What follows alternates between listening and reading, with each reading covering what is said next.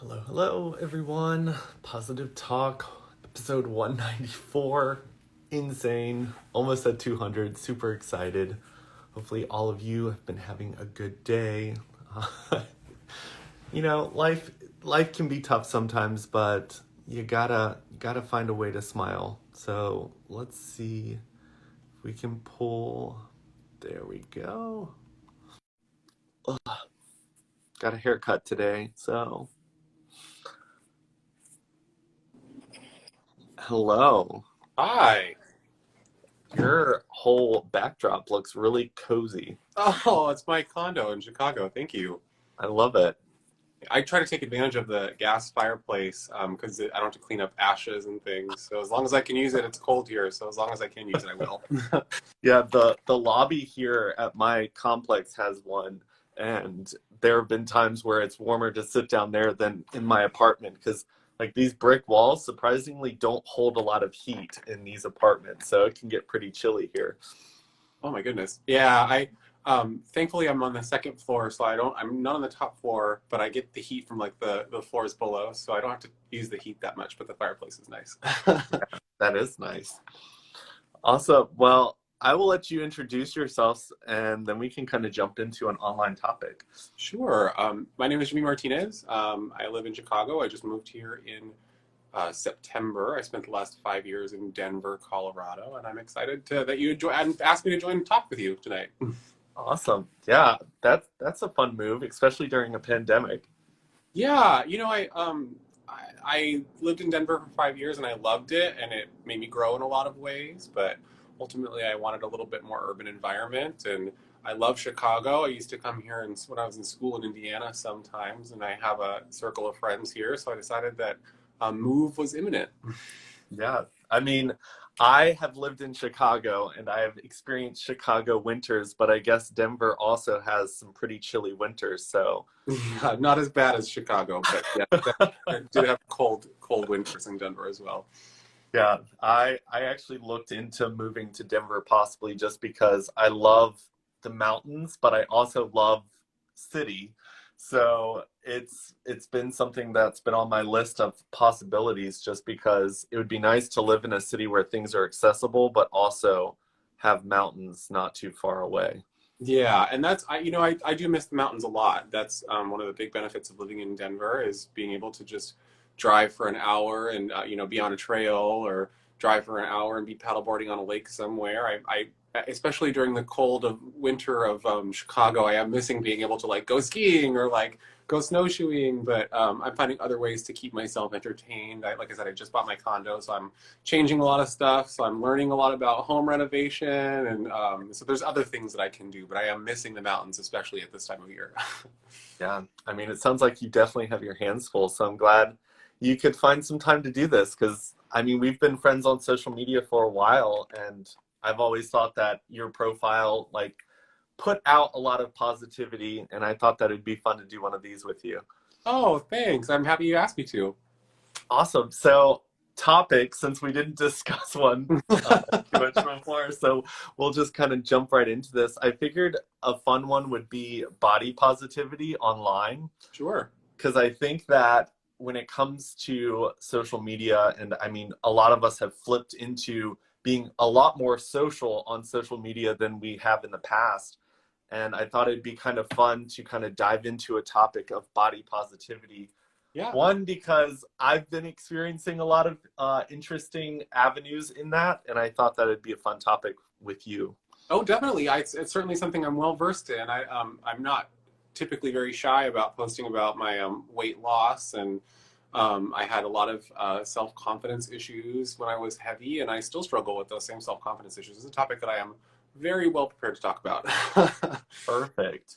Yeah, so I guess we can start with you diving in a little bit on your journey, and then we can kind of just go back and forth from there. Sure. So my weight's always sort of fluctuated. I was sort of athletic in school and then not quite so much in college. And then after college, I lost some weight. And then I had a very, very bad breakup in, I would say, like 2010, 2011, maybe a little later than that, 2012 maybe.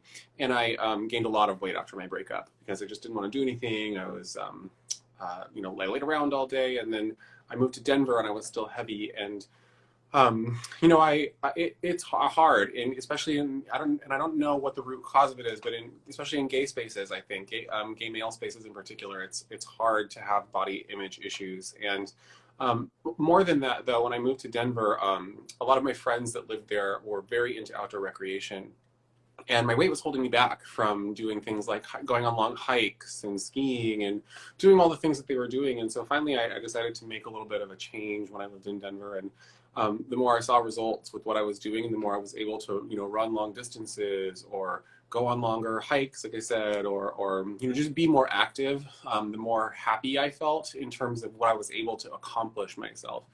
I still, again, suffer with some self-confidence issues. I'm happy with my weight now, but I still suffer with some self-confidence issues. And so what that's really taught me is that my outward appearance doesn't really have anything to do with my mental health or my happiness. It's really about how I feel about myself. And ultimately, I think that boils down to external validation and self-confidence are two different things, and one can lead to the other, but they don't necessarily need to go together.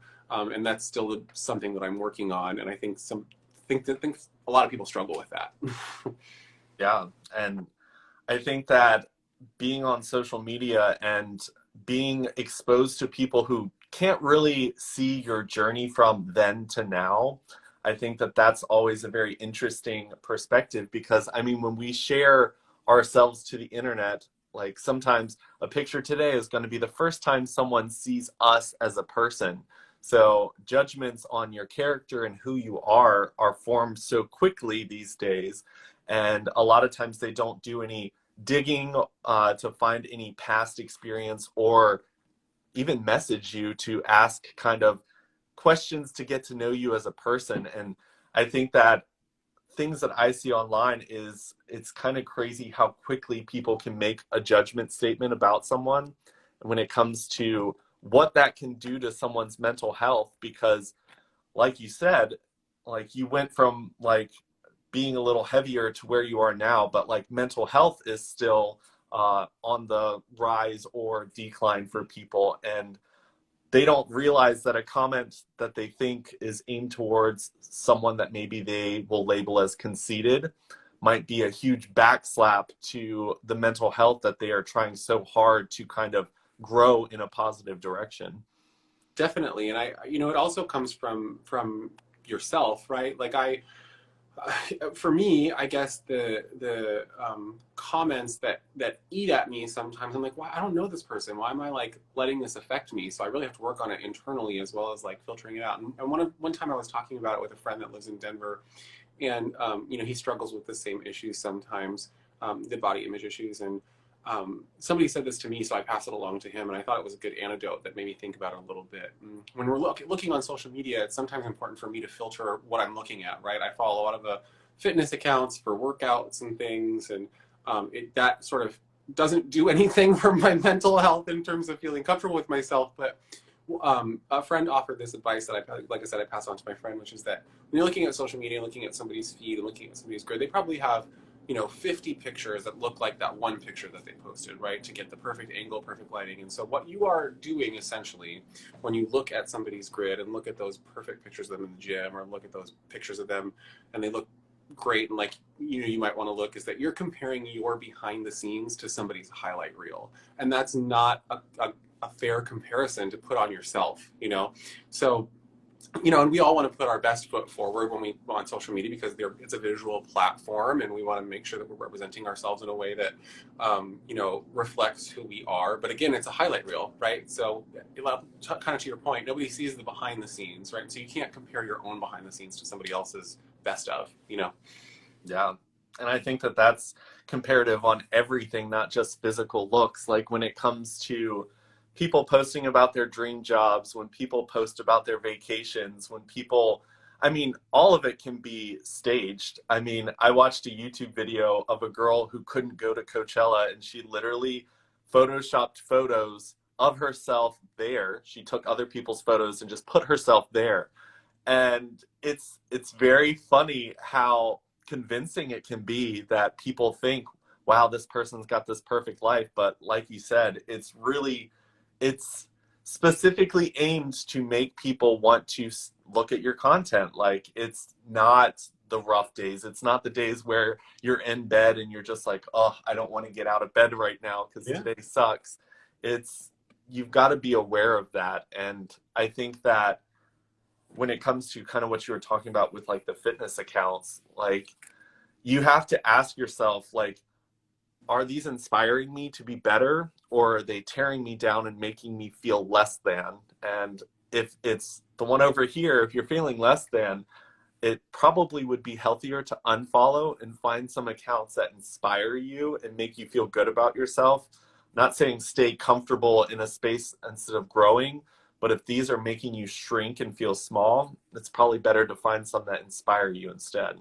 Yeah, absolutely. And I think one of the things that's helped me in terms of, finding that happiness without having the need for the external validation is I have been focusing really hard in the last like maybe 2 or 3 years on surrounding myself with people that fulfill um, my life in a way that doesn't have anything to do with my physical appearance, right? Because I am fortunate to I to get some attention for the way that I look because I'm very tall. So when I go out, I'm like 6'7". So when I'm hard to miss when I go out. I'm flattered by the attention that I get, but I have tried to really just spend time around people that don't care because I don't want that to be a focus of my life. Obviously I want to look like I want to look, but I don't want that to be like a focus of what my relationships are based off of, and because it doesn't bring me happiness to have somebody that just wants to be around me because of how tall I am or whatever it might be. So I've really been focusing my relationships on how people make me feel when I'm around them and not the compliments that they give me, and that's changed a lot of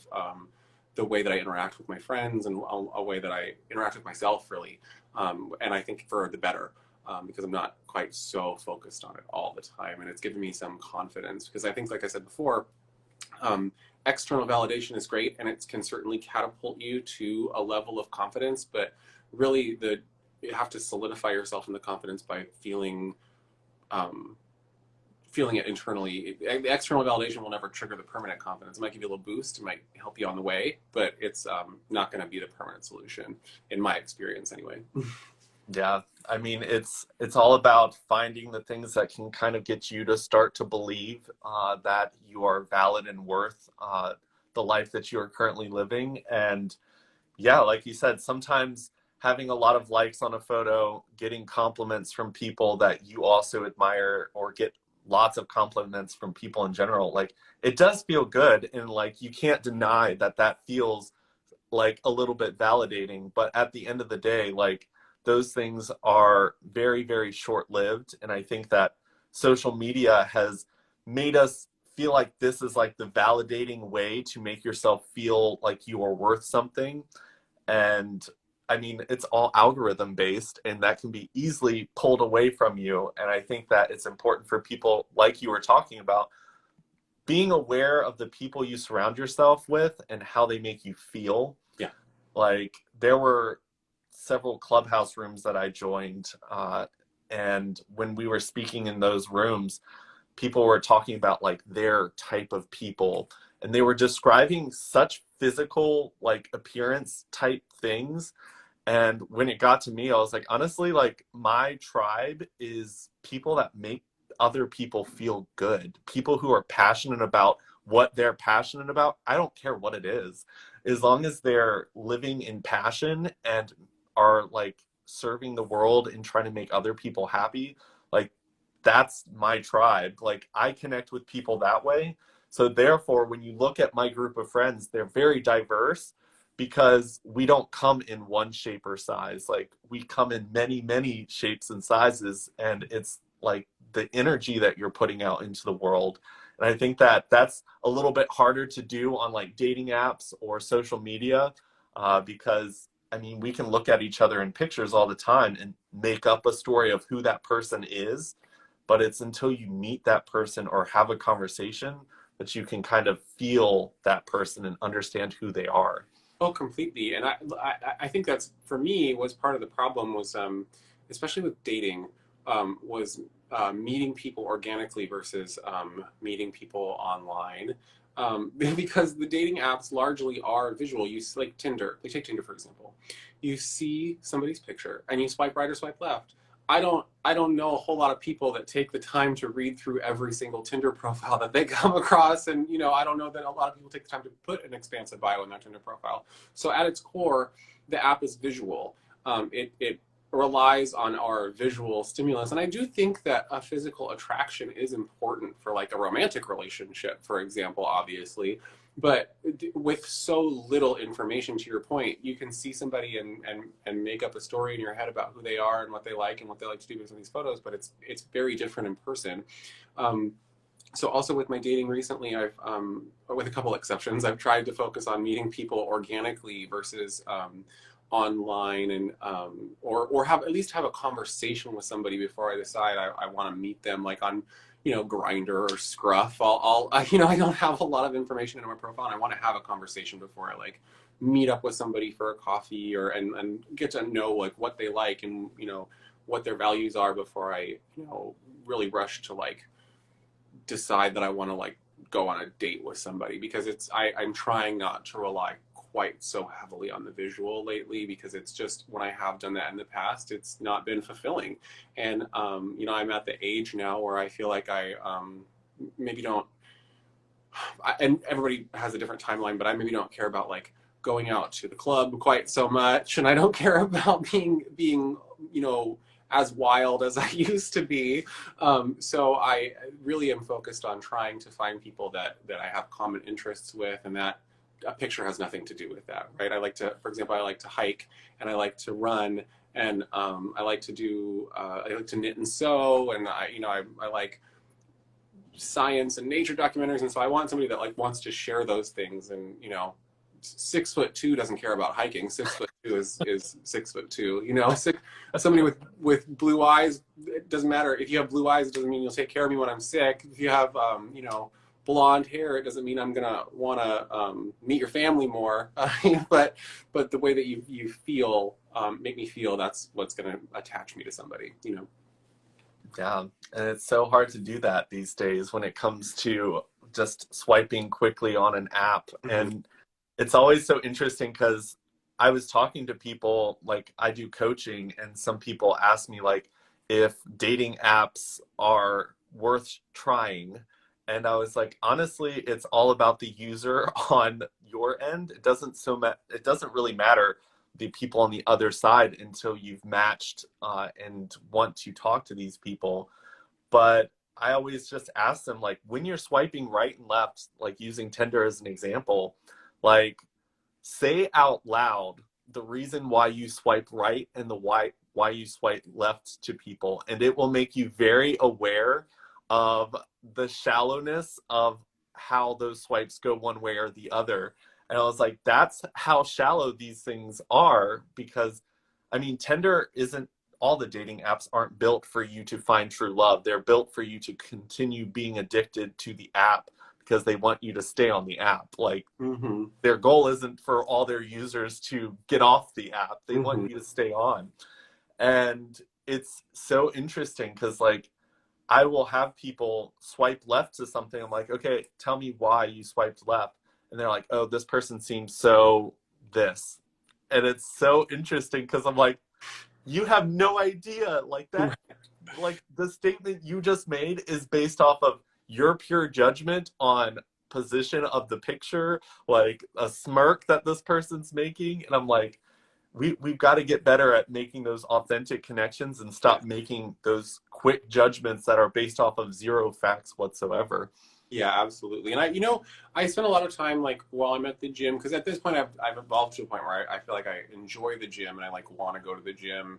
Like I go to the gym super early in the morning, and like if I don't start my day at the gym, I feel kind of gross. And I feel like sluggish all day. Not gross in terms of like my body image, but I feel sluggish all day, and I feel like tired, and the gym energizes me a little bit. And so I think a lot about like while I'm there, why am I there? Am I here to take a good photo on an app, or am I here to like be healthy for myself? And that sort of bleeds over into how I use the apps too, is like I want to see photos that show your interest. If it's just a bunch of like gym selfies or headless torso photos like on Grindr. I could care less, you know. Like, I want to know like what you like doing and what your interests are. And I also think it's sort of unique. The body image thing is sort of unique in the gay community. And I had this conversation with a friend earlier, and I don't know why the pressure is so intense. It was actually with my trainer, and I don't know. Because I'm working with a trainer right now, and I don't know why we were talking about this. And I was like, I think it's the element of direct comparison, right? Like when I am with someone, you know, we can compare each other's bodies, and I have to stop doing that myself, right? But it does seem to be a problem that is specifically intensified in the gay male community. And I spent a lot of time thinking about why that is. And I still haven't put my finger on it, but I feel like I have almost, now that I've recognized it, a responsibility to kind of rally against that a little bit if I want to help be changing the you know, status quo rather than assimilating to it, you know what I mean? So I do still struggle even with like going to the gym sometimes. Like, why am I doing this? Like, am I doing this because I like want to, like, I'm in the middle of a set and it's really hard. I'm like, why am I doing this? Is it just, am I doing this because I want to look a certain way, or am I doing this because it makes me happy and I'm fulfilled? And ultimately I always come around to like, I'm gonna feel energetic and I'm gonna have the rush of endorphins after I'm done. But it does cross my mind sometimes. And you know what kind of pressure it is being a gay man, to have like look a certain way, you know? Yeah. I mean, when it comes to the LGBT community at whole, the reason we struggle so hard with relationships is because for a relationship to be successful, there needs to be self-love in both individuals. Mm-hmm. And within our community, we've experienced so much trauma because from a young age, whenever people discover their feelings for the same sex or whatever the society has told us is not acceptable about ourselves, it begins the root of the trauma in our life. And a lot of our life, we wear masks to pretend to be someone we're not so that the world will love us. And then as we start to kind of grow up, some of us will numb it instead of healing it. Some of us will completely flip and just throw anger towards anything that's ever caused us trauma. And at the end of the day, we have to heal the parts of ourselves that we think are so unlovable because society has taught us there are parts of us that aren't lovable. And therefore, when a partner shows us love, they're showing us something that we don't even understand and we don't think we deserve. Mm-hmm. Because for so long, any love we've ever received was because of a mask that we had on. So our love, when we took that mask off, we thought we removed the part of ourselves that was lovable or worth loving. So like in the gay community, it's so hard. And the good thing is the gym, that's part of self-love because that's self-care. So you're showing yourself that you are doing this for yourself because you love yourself enough to be healthy. And that's the connection you have to make to the gym and to eating healthier and to the things that you do to grow your mental health in a positive direction is realize the tie needs to be because you're doing it because you love yourself. Yes, absolutely. And Because I was very glad. I think that's what propelled me forward when I first started losing weight when I was in Denver, was because I wasn't doing it to look a certain way at that point, because I wasn't used to having the attention, you know, from on Tinder or Grindr or Instagram, because I didn't have it at that point. And I was doing it because, like you said, I wanted to be happy with myself, and it was holding me back from hiking and doing active things outdoors. So I think that is what propelled me through doing it. I think if I had been doing it to have been working out at the beginning to sort of fit a mold, I might have given up because the results wouldn't have come quick enough, or I wouldn't have found the perseverance to keep going. So it's I'm grateful that that wasn't my motivation in the beginning. And whenever people ask me like how, like, because I do get asked sometimes, because I'm quite public about my weight loss, especially on TikTok. I do get asked sometimes about, you know, what motivated you or whatever. And my answer is always the same, which is because I wanted to be more active and with my friends. And I think people are surprised that the answer is not like, oh, because I wanted to look good. And looking good is a nice benefit, and I do like the way my clothes fit now and the way like they look on me now better. But ultimately, the motivation was to like be more active with my friends. And I think that you have to find those kinds of reasons to do things for yourself and to look a certain, not necessarily to like look a certain way, you know? Yeah. And I mean, it's important for people because a lot of times they attach certain things. So maybe when you're overweight, you attach the people don't love me because I'm overweight idea to your mindset. Whereas you're like, people will love me if I'm in shape and look like something on the cover of a magazine. And the issue isn't the what people would like, because people love all different types of body types. No matter what you look like, you are lovable by someone on this planet. A lot of times when someone can't love you for the way that you look, no matter how you look, it's because they are also struggling to love themselves in that situation. But the thing is, when you are in this situation where you're overweight and you hate yourself, you can't look in the mirror and love yourself.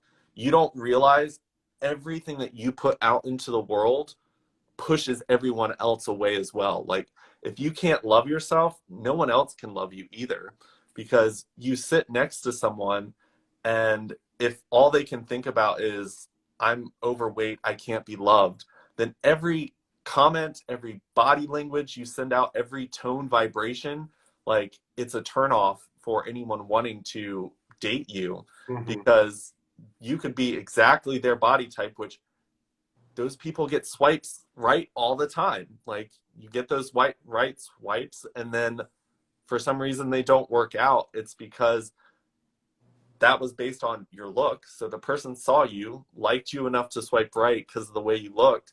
But then the vibration that you were sending out to them is just like, I'm unlovable. No one can love me. I can't even love me.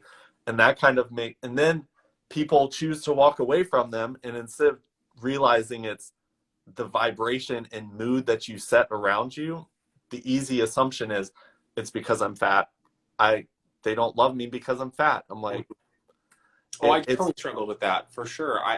That's, I mean, that's true. I had a huge struggle with that when I was on Tinder, still trying to lose weight because I was still in that phase of like actually losing weight. And I every time I go on a first date, I would doubt it, and I'd get all nervous, and I'd get, you know, like you said, doubtful of myself, and it came out in the way that I communicated with people, and it was a detriment. And I think what I had to realize about that kind of communication style is that it wasn't anything that about me that was, like you said, unlovable. It was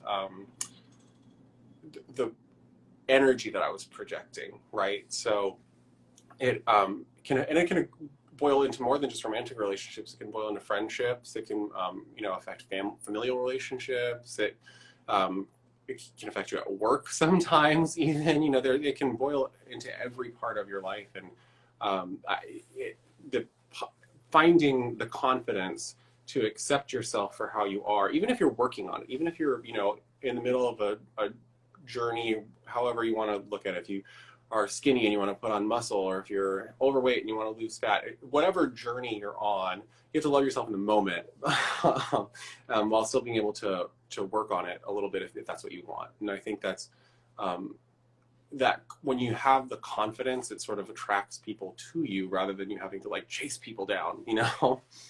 Yeah. And it's crazy because we'll look at other people and we'll see the type of people that are getting attention from other people. It's really easy to see, like, oh, that guy has all these people chasing after him. And we will look at physical things about this person and be like, this is why. It's because of the way his face is shaped, it's his muscles on his body. And it's so easy for us to attach that. And it's the same with like work. You'll see someone getting a promotion and you'll be like, oh, this is the reason why they got it, without really realizing that it's the whole being of that person. It's the confidence that this person holds in this space.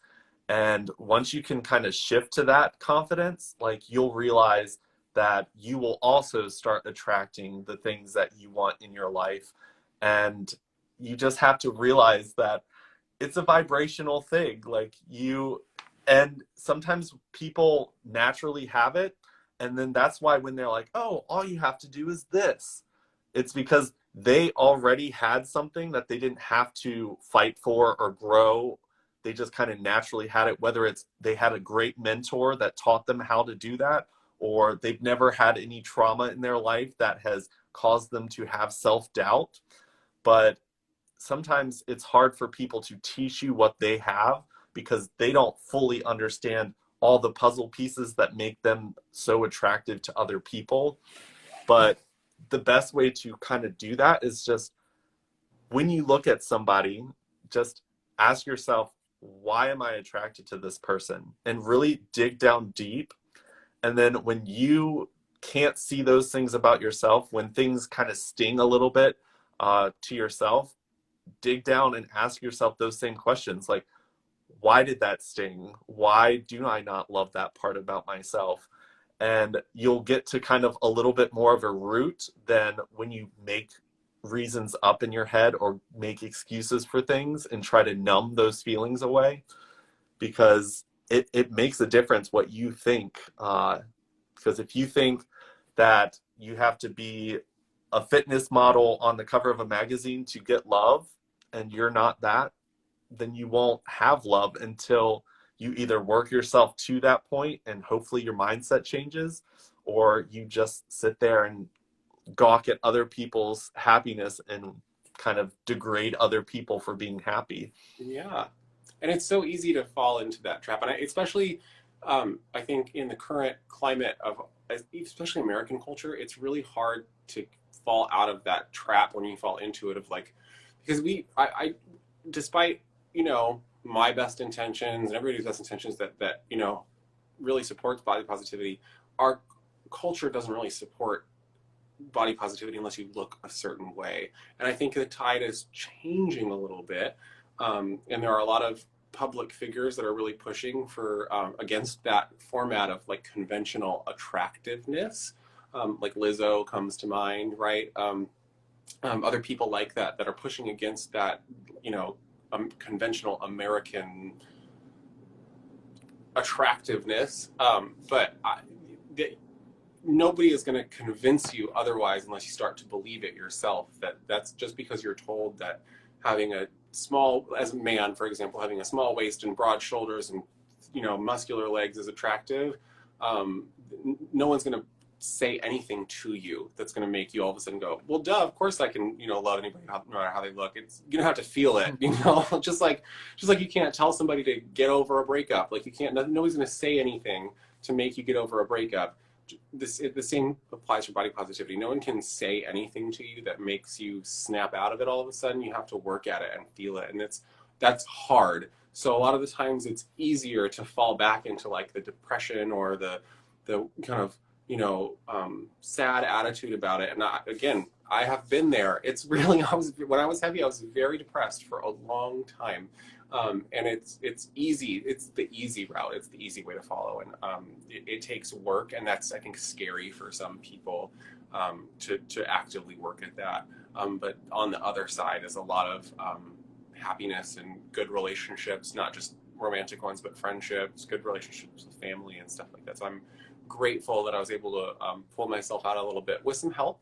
You know, mental health is obviously, there's a stigma around mental health as well, but I had to have some help to get out of my depression, and there's nothing wrong with that, right? Like you take a pill for when you have a headache, you take an Advil and it goes away, and when you have something wrong with your brain, you can take a pill and that fixes it too. And I don't think there should be a stigma around that kind of stuff.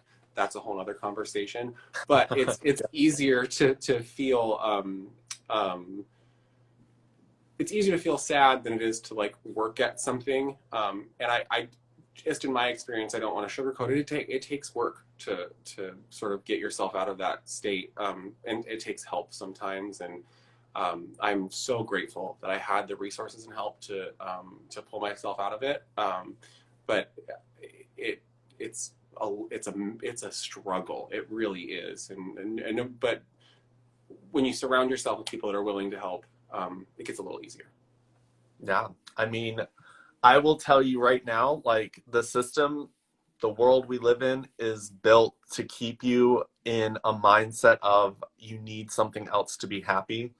That's how marketing works. That's how corporate America runs the world, because they will constantly create something new for you to need to be happy. They market it in such a way that you have to have the newest thing. Like Apple does a phenomenal job at it. Like there's an embarrassment level that people will have if they don't have one of the newer devices that Apple has put out. Mm-hmm. Like it's so interesting to ask people which iPhone they have, and if they don't have the newest, that little bit of like unease that they feel of letting you know, oh, it's an iPhone 11 instead of a 13. And that's how marketing works. So like when you wrap your mind around the idea that everything that's telling you you're not enough is a company or something out there that's trying to profit off of keeping you in that mindset, it's a little bit easier to realize that you are perfectly lovable exactly how you are, wherever you are right now. And realizing that, yeah, all these ads that are purposely put on your social platforms for you, they're meant to be there to persuade you that you're not enough, that you don't have enough, and you can't have enough by yourself. You need their help. And if you can kind of pull your mindset out of that and kind of realize that everything you've ever needed has always been with you, you are exactly what you need. Like that will help kind of shift your mindset to realize when you watch ads, you start to kind of laugh at how geared they are towards making people feel lesser than. Yeah, and totally. And it doesn't stop. And that's not to say it stops when I lost weight, right? The feeling of like being inadequate. I mean, I have friends that are heavy. I have friends that are thin. I have friends that are really in shape. And everybody struggles with this. In fact, some of the most insecure people are some of the people that I know that are in the best shape that I know. Body dysmorphia is very, very real. I I'm maybe a little vulnerable. I was with my trainer 2 weeks ago, and I do every month. With her I do an in-body scan, which is essentially a DEXA scan. It tells you your like muscle composition, body fat percentage, weight.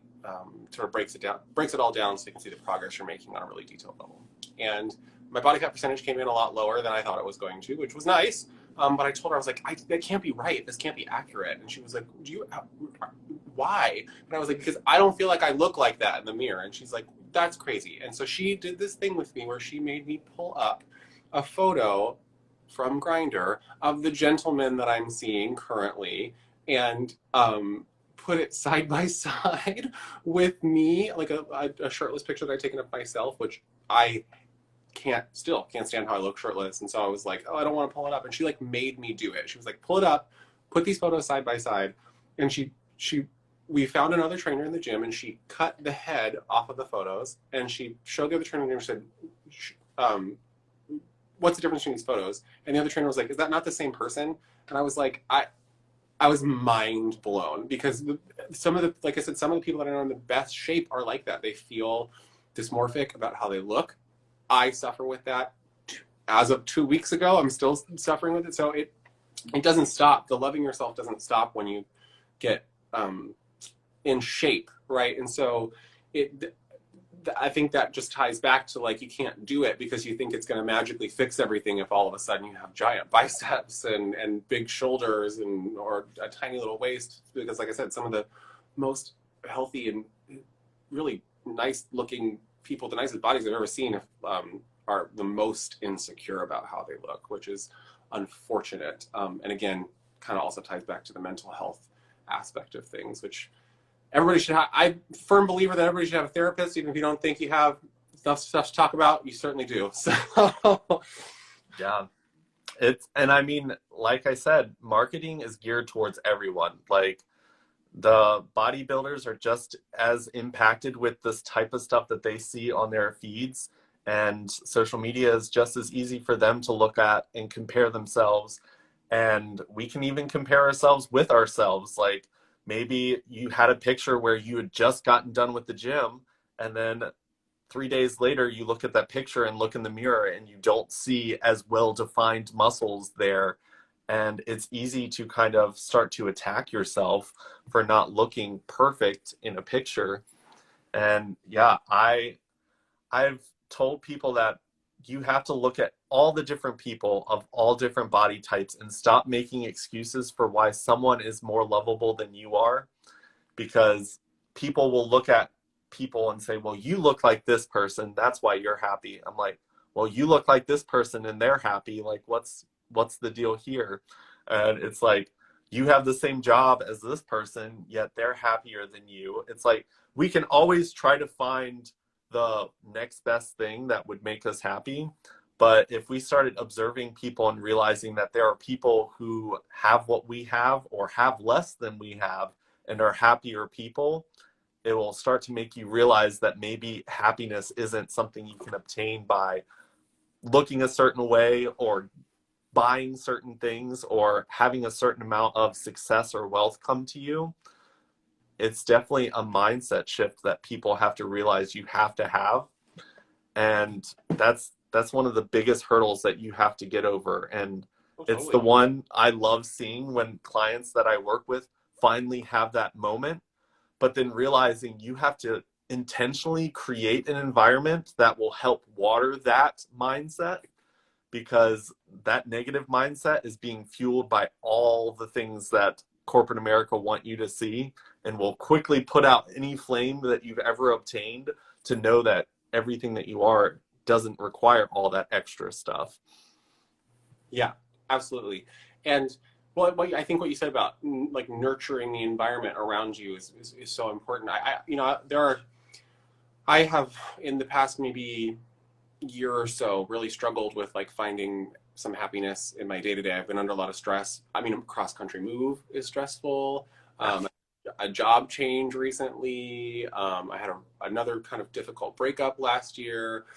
So I had a lot of stress in my life recently, and I just sometimes I'm thinking I think to myself like why am I so miserable right now? I can think of times when I have a nice car, I have a lovely condo, I have good friends. Like why am I so miserable? And I can think of times when I was dirt poor, like in college, when I was like heavy after college, or when I was living at home with my mom, where I'm like was so much happier than I am in this moment. I think not like not right now, but like had that experience like while I was driving the other day, right? Yeah. Like I can think of times when I have had a tenth of what I have now in terms of how I look, material things, and I wasn't this miserable. And I think it's because I created those environments around me because I adapt to like being very poor. I adapt to being heavy, and I surround myself with people that don't care. That just want to love me and who I want to love back. And I unfortunately don't have a super close relationship with my family, and so I choose to have friends around me that make me feel good. And again, that's what I've been focusing on for the last 6 months to 8 months is surrounding myself with people that really love me and give me that happiness, because it doesn't come from the kind of car I drive, and it doesn't come from how I look, and it doesn't come from how tall I am. I saw a really good really good little meme that I shared with my friend that lives in Denver the other day, and it was it goes back to my comment about 6'2" won't take care of you when sick. I think that it was a big paragraph, and it said, I don't know why we're so obsessed with stats, weight, height, ethnicity, all these visual things, right? Why like 6'2" won't take care of everyone who's sick. 130 pounds won't, go to a family wedding with you. Somebody's waist size. Well, it was just went on and on about how these stats don't do anything for how you're treated. And I think it's sort of problematic that's the foot that people lead with on like Grindr or Scruff, or I can't stand it when I go on Tinder and I see people put like their stats like that in their Tinder bio. It doesn't even ask. Like there's not even like a slot for like weight and like eye color or like and people put it anyway. And I'm like, why does that matter? Like, who cares? like I don't like I feel a little bit of pressure to put my height in my Tinder bio, because I've gone on when I didn't have it in my Tinder bio and I show up, people are like, "Oh my God, you're 100 feet tall," and I'm like, "Yeah, I guess I should have warned you," but you know, like nobody cares otherwise. It's just about how you make people feel, right? And that's, I think body positivity has a lot to do with that, like surrounding yourself with people that make you feel loved no matter what.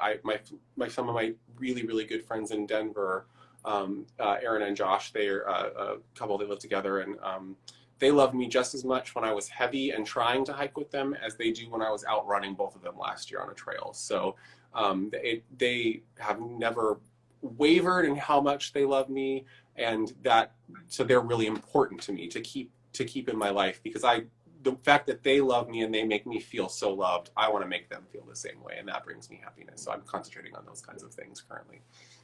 Yeah, I mean, shifting your focus towards things like that would make you feel extremely grateful for the life you have, because I think because the world is constantly trying to teach us we lack things and we need more things, that we have to intentionally set our minds to realize the things that we have and appreciate. Because like you were saying, like when you had less, when you weighed more, when you were in different circumstances than you are now, there was still happiness that existed in those spaces. And sometimes we have to kind of flip back and look at that and really just dig down and understand those things, because maybe we moved to a city somewhere completely different and we expected things to be better and they ended up not being so great. And it's probably because there were things in our lives that were holding us up and praising us and making us better people that we didn't fully accept or appreciate. And then when you move and those things don't exist anymore, you never appreciated or noticed them in existence before. And then when you move and they're gone and you feel something's missing, but you never had the time to see that that was there in the first place, you end up in a space where you're like, something's missing. I just don't feel right. Like, why was I happy here and I'm not happy now? And when you kind of flip your mindset to, okay, let's look back at that moment. Like, what did I have that does not exist here? Like, I've lived in Chicago, and one of the things I noticed was just like, my escape is the mountains. I love being outdoors. Like that, anytime I've had a rough day, I like escape out into nature. And I realized that when I moved to Florida, where there's no mountains, when I lived in Chicago, there's no mountains. And I was realizing that I had moved away from something that was a real core value of me and my happiness. And then I realized that there were some friendships that were just there. They weren't people that I called on. They were people that were naturally there for me no matter what. So I never fully appreciated that friendship because I never had to ask them to be there. They were just there. And then when I left and that wasn't easily accessible anymore, and I was in a new city and didn't have friends anymore that knew me from whenever these people did, my mindset started looking back and going, oh, I had a lot to be thankful for. And I had a lot of things that I should have shown a lot more appreciation towards. And that's when I kind of made that mind shift of, I'm going to let people know that I appreciate them. I'm going to, even in the worst days, I'm going to try to find something to be appreciative of, which today's been one of those days for me that I've had to really dig down deep to try to find something. But at the end of the day, like, you have to learn how to see that because society doesn't want you to. They want you to think that the grass is greener over here, come buy it. We'll give you a pass for $100 and you can come see the greener grass. And they're like, it's a no return though. You can't go back to where you were before. But if you don't like this pasture, there's another bridge over here for $100 that will make you happy, we promise. And it's just realizing that when people start asking for money for your happiness, it's probably not going to lead you anywhere that's going to actually bring you happiness. Yeah, absolutely. And I find myself even falling victim to that sometimes, even with the mindset that I'm trying to develop of like really focusing on, like I said, how people make me feel. I found myself buying into it a little bit. And so I'm trying to use my social media less for that kind of, I try to ignore ads, and I try to not be so wrapped up in material things, and that, you know, works to a point. But again, this all takes active, sort of an active mindset around it, not passive. And it, I don't want people to think that that's a bad thing if you're having a hard time overcoming it. It's hard for everybody. You know, I still struggle with it myself, and I know a lot of people do. But it does take sort of an active shift away from paying attention to those kinds of things. And that's not easy when you have it screaming at you in a million different directions that you need XYZ to be happy, right? I mean, it's just taking that extra step of just asking yourself why you're doing what you're doing. Mm-hmm. Like, buying a nice condo isn't a bad thing. Like, that's like, if you can say, okay, like, this fireplace puts me like at peace. It's a space that I can invite my friends over, and it's large enough for me to kind of feel at home and cozy. Like, all of those things are great. But if your mindset is, I have to buy this because other people will judge me if I don't have a nice place. I'm going to buy this more expensive car, even though it gives me zero benefits over this less expensive car. It's just, I know people know how expensive these types of cars are, therefore I must get it.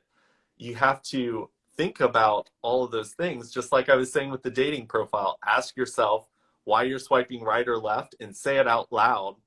And it will be a very interesting discovery in your life, because sometimes we're doing things because we're seeking validation for others.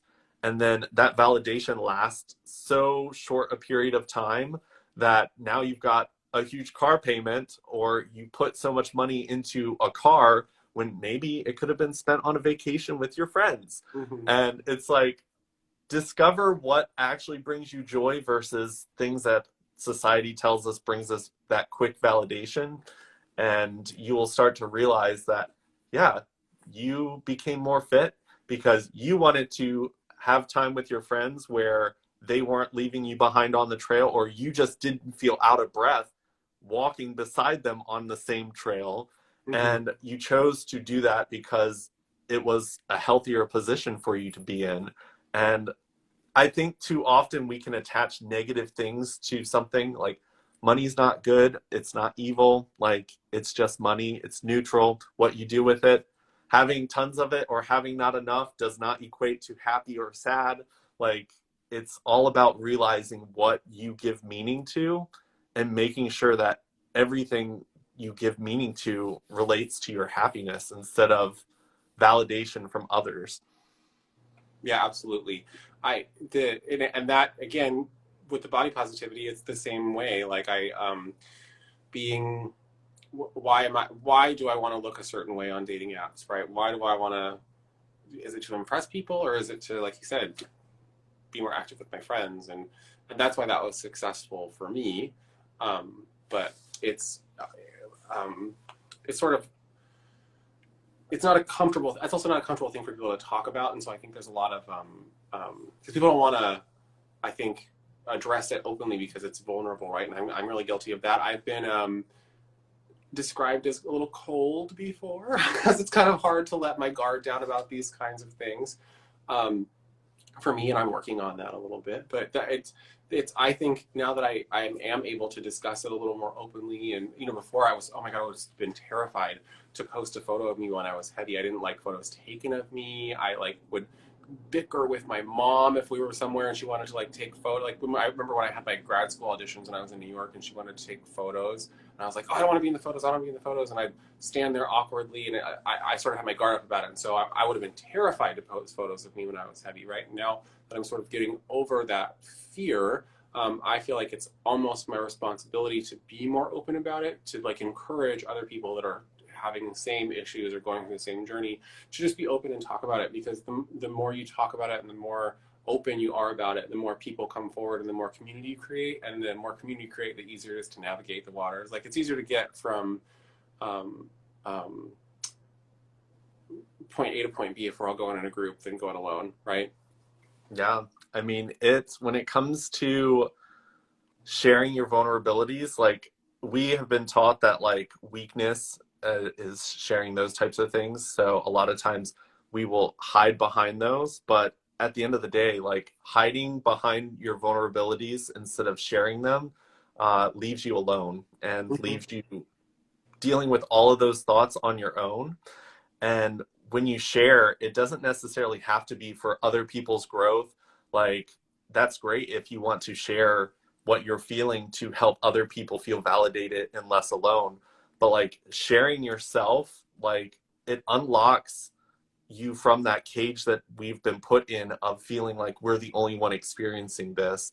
And it's amazing how many people are standing next to their best friends and have no clue all the secrets that they hold from each other that would actually bring them closer and make them love each other more, because they want to love each other. Everyone wants to love. Like it's interesting because people always say like there needs to be more love in the world because that would make the world a better place. And I was like, no, there's quite a bit of love in this world.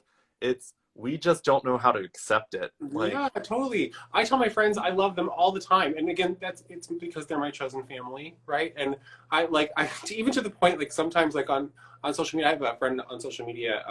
He's my friend in real life. He lives in Denver, but you know, I tell him I love him all the time. Like on social media, to the point where people are like, "Are you guys dating?" And I'm like, "No, I just love my friends." You know what I mean? It's you know, it's unusual to me that we put that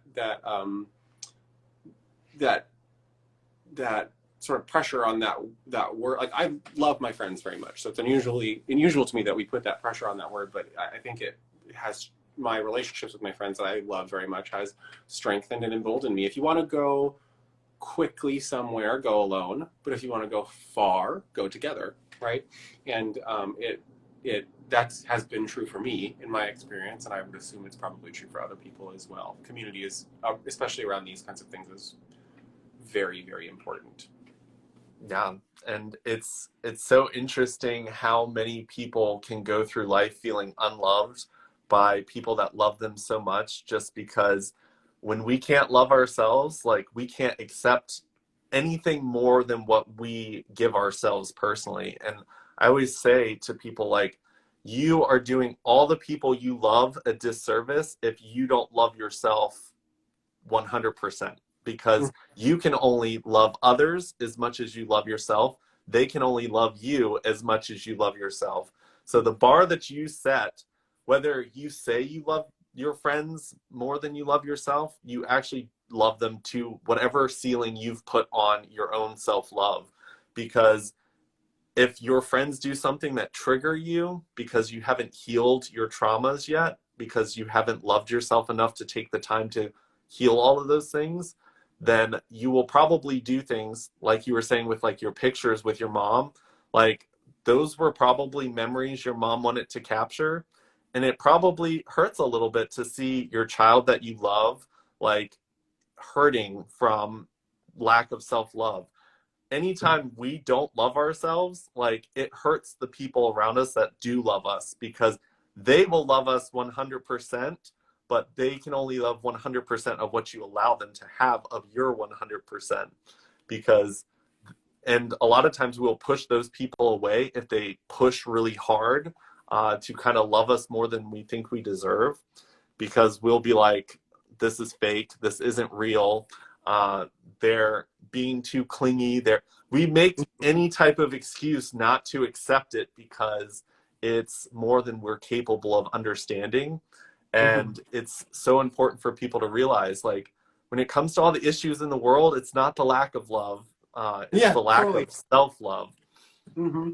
And I guess for me, when I look at my relationships with my friends, like I was trying kind of to your point about, you know, you cap it at how you love yourself. I have a very small circle of close friends, right? And they, so, you know, and we don't always see eye to eye on every little thing. You know, we have disagreements, but I I know that this small circle of friends, I could call them any one of them, and I could say, "I need you in Chicago tomorrow," and they'd be like, "Okay, I'm on a plane tomorrow," right?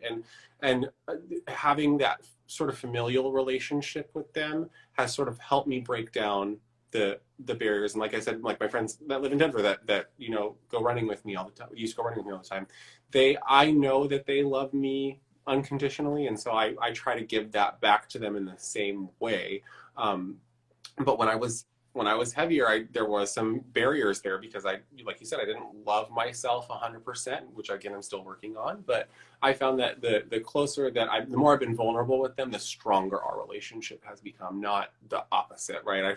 I struggle with this thing of like, if I'm vulnerable, people are going to see the cracks and they're going to leave, right? And it's the opposite of what happens. They want to fill in the cracks instead of just abandoning a project, Yeah.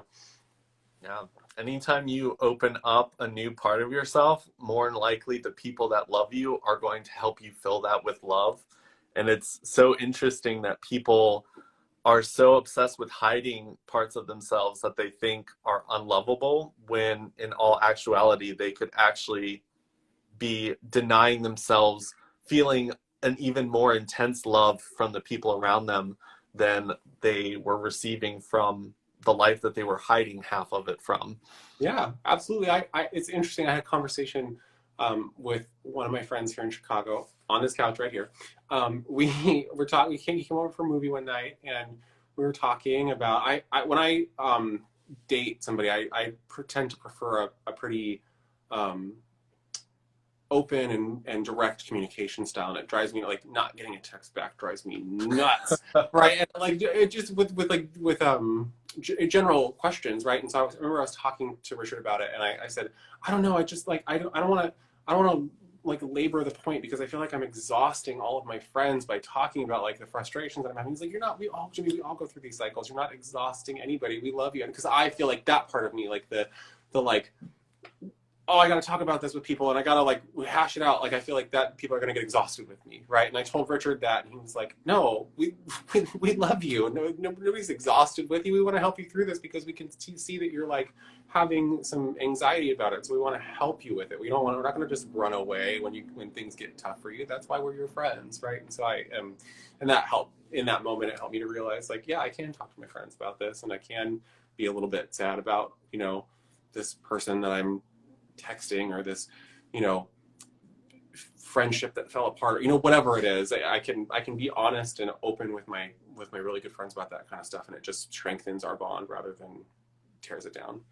Yeah. And I mean, venting and talking like that also gets you to verbalize some things that you might be thinking, and it can help you realize that maybe there's some crazy thoughts up in there that are destroying you instead of actually helping you grow. Absolutely. And a lot of times it's just like, it's not the not texting back that's the issue. It's how you feel when you're not being texted back. So it's like, what emotion and what self-worth issue is being triggered by not getting a response from the text. So it's like, through venting, if you've got good friends that love you, they can kind of help you realize, like, well, when someone doesn't text me back and I see them on social media posting, but I don't get a text back, it makes my self-worth feel like somehow I'm less worthy. And it's just talking about those types of things. Like, yeah, you can have friends that like talk negatively about that person. They're like, yeah, he's a horrible person. Or they can help you discover the trigger within yourself that is being hurt, because that's a space that can be healed. Mm-hmm. And it's like, okay, why does this hurt? Mm-hmm. And then you can kind of dig down and be like, okay, maybe it's because of things in the past when I haven't been responded to that meant a breakup was close down the road, or they weren't interested in me. And all of those things create the person that you navigate through the world in. And your response to that person, maybe 30 minutes down the road of not getting responded to, might be a little bit more negative if you don't have those sessions of asking yourself why it hurts in those certain situations. And it's just having good people around you. And I've intentionally surrounded myself with some, and it hurt to cut some people out that didn't like impact me in a good way. But to surround yourself with people, you first have to grow. And if you have to remove some people or move them aside, you don't have to burn the bridge, but move them aside so you can grow. and more than likely they will either grow with you or just go their own way, whichever direction that may be. Absolutely. I hit the nail on the head. It's when talking to Richard about that, it wasn't about anybody else in that, in that specific scenario, like with the texting back. It was about how I was feeling because of that not happening, and I verbalizing it made me feel a little silly, and I think that's what made me feel vulnerable, is that it made me feel, cracked a little bit. And I don't like to feel cracked. Nobody does, right? So, and I remember I was talking to my coworker about this, because I'm really, really close with her. Like we talk all the time at work, and when I lived in Denver, we were together on the weekends doing stuff. And I remember I was talking to her, and she was like, "Jenny, you go through this cycle all the time." And I'm like, "Yeah." She's like, "You need to figure out why you go through this cycle." And she's like, "I can help you with that. You got to talk to your therapist about it." And I was like, "You are absolutely right." And when I talked to my therapist about it, it got better. So the vulnerable, I historically, like I said, I've not liked to feel super vulnerable, but finding the right people to be vulnerable with and finding the right people to expose that part of myself to has certainly helped me in my journey, in combination with the weight loss and the body positivity, right? Those things are tied together.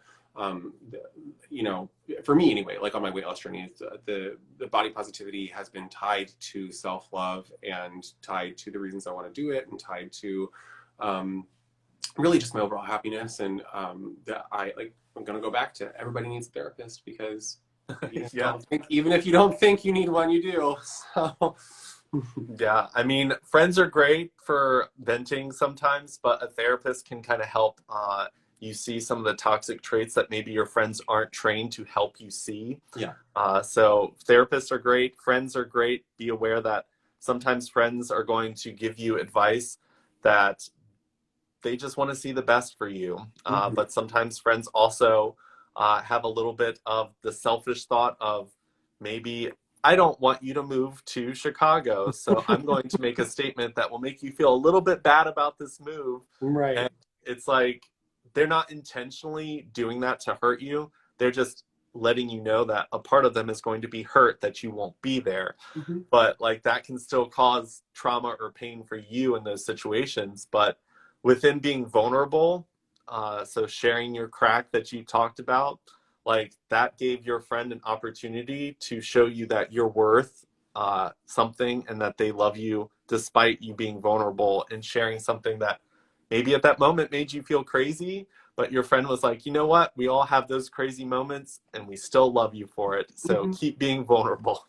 Yeah, absolutely. I mean, that's what it makes us relatable to each other. Like, nobody wants a friend that's like a perfect robot all the time, right? Because who in our society can like live around those people that are just constantly so perfect and just doing everything so perfectly, and perfect house, perfect life, perfect job, perfect body. Like, it's difficult to live around, because it's not, at some point, I think we also consciously realize that that's not real for anyone, right? Because it's like, if I have these insecurities, then everybody has to have them, right? And that's true. Everybody, no matter what the outward appearance is, and back to the social media thing, no matter what people's outward appearance is, everybody has insecurities, and everybody has things that make them feel less than. Sometimes everybody has things that make them feel not good enough, and you're not unique in feeling that way.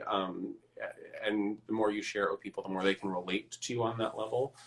So I think it's important to do that, as I have been on a journey to do more of that in the last couple of years. So Yeah, I mean, we bond through growth with each other, and if you spend your whole life building walls of perfection to present to the world and hide all your flaws behind them, like, eventually the room that you are in will be so full of flaws that you're hiding, it will explode.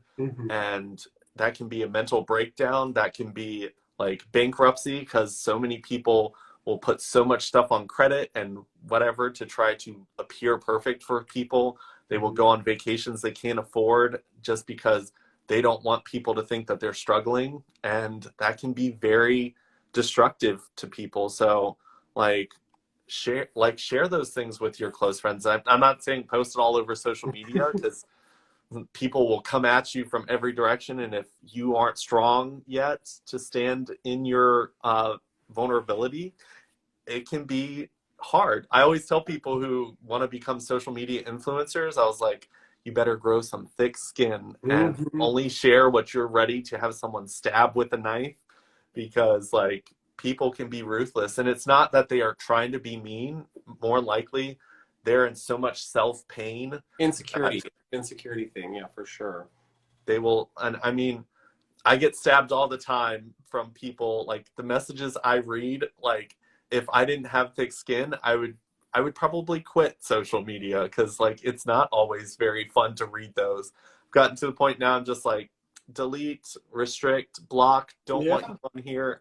Because before I felt like I was a horrible person for doing that. Now I'm like protect my energy at all costs, and Yeah. that's okay to do it. And everybody has a different mechanism of protecting themselves like that. My friend that I mentioned earlier, that's my really good friend in Denver. He has, I think, a relatively popular TikTok profile, and his response when he gets when he gets biting comments or nasty comments is make a video about it and be like, "What's this comment about?" So, and call it out a little bit. And to some extent, I think it's a defense mechanism, but I think it's probably a good one for him to, acknowledge the comment, understand how it makes people feel, and understand really, I think is a good way of understanding that it is really about that person's insecurities rather than anything about him, right? So that's for me. I try to lead with if people make because I do sometimes get nasty comments. I get nasty messages sometimes. I get especially on my TikTok, I get some nasty things said to me sometimes. But I always when I get heated and I want to respond and I want to say something nasty back, I'm always like, well, Jimmy, this person doesn't know you. This person is sitting in on a bus in their house, in their car, on their way to the gym. This person is doing something. I don't know what this person is doing. But whatever they're doing has nothing to do with you because they don't know you. So just move past it. If you like the video that you posted, if you like the photo that you posted, if you like, if the picture of or the video of you hiking a mountain or the selfie of you in the gym brings you happiness, then post it and move on and don't think about what he has to say about it. So we all have our coping mechanisms with that, I think, and that's important to be able to understand perspective. And I think when people have insecurity, especially when they really dig in their heels in on it, it speaks to an inability to put yourself in somebody else's shoes, right? Insecurity and judgment is really, for me, it has boiled down to an inability to see something from somebody else's perspective. Yeah. And I mean, there are people like I've seen beautiful things done on YouTube with hate messages. There have been people like Madeline Bailey. She does like all her hate comments and she like makes a little song about it. And it's just like, all you have to ask is this process bringing you joy and healing the hurt that comment might have caused as a sting? And if the answer is yes, go for it. For me personally, I just choose not to acknowledge. I just don't really care too much for them. And through that, it's brought me inner peace, and it works differently for everyone else. Like, so it doesn't matter if like that's how your friend does it. If like you doing it like starts to make you fume and shake and get all upset and you feel more damaged at the end of the day than healed, find your journey to like feel better in those situations. And everyone, like, we can't think that one solution fixes everything, because we're all so unique and we have taken different journeys. Things that trigger you will probably be very different than the things that trigger me, and that's okay. And we just communicate through it. If something I say or do triggers you, let me know. I Yeah. can't stop doing it if I don't know, and I don't purposely do anything to hurt people around me. So Yeah. it's just communicating and understanding that the person next to you doesn't think like you in any way, shape, or form, because we've all had so many experiences in life that trigger different things in us. So we have to be aware of that. Yeah, absolutely. And I just had a conversation with a friend the other day that, like, a friend that lives in Tucson, actually, where I'm from. I was having a conversation with a friend in Tucson, and they disclosed something to me that they had said out of anger towards me, and it wasn't really intended to hurt me. And they're like, "I just hope you're not mad at me." And I said, "Why are we mad at you? You didn't do that with the intent of hurting me. You did that with the intent of making yourself feel better." And so that is coming from a place that's hurt in you. And for me, why would I be angry at you for something like that? That's silly. I would like to help you through that. I'm not mad at you for that. Did it sting a little bit when you said it? Yes. But I realized it's not anything to do with how you feel about me. We're like best friends, you know? So I anger, I was like, anger would be an inappropriate reaction to what you said, you know? So we moved past it, and I am very proud of, like I said, I'm very proud of those relationships because those are the moments that we bond. So I'm glad about it. Yeah.